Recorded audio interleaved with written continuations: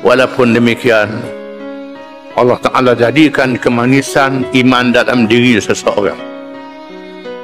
Walaupun dia jahil, dia tak tahu apa, dia tak reti Islam kerana baka dan keturunan, terpengaruh dengan orang, tetapi ada orang yang masih ada kemanisan iman di dalam dirinya.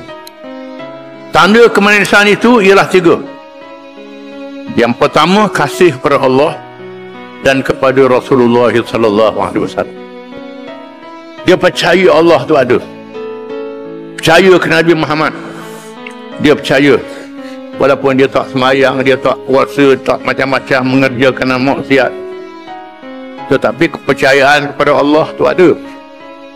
Bila mari susah, tengok ke Allah selalu.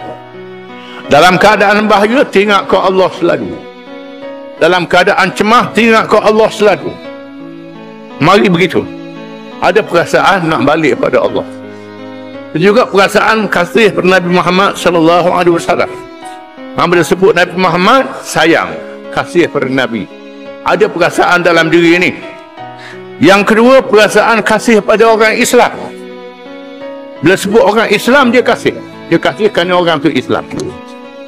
Dengar orang Islam di mana-mana, sosok orang Islam di mana-mana, kena di Palestin, di Kashmir, di Myanmar, di mana-mana, cerita bila ada orang Islam kena, mari perasaan begitu, menandakan kemanisan iman masih ada dalam diri dia. Yang ketiganya, benci pada kekufuran, marah sangat pada kufur ni, walaupun dia buat kerja kufur kerana jahil, kerana tak tahu dia.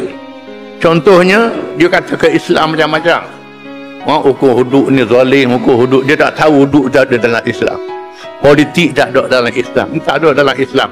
Mu ni kafir, marah selalu, marah, tak boleh kata dia kafir, benci pada kekufuran.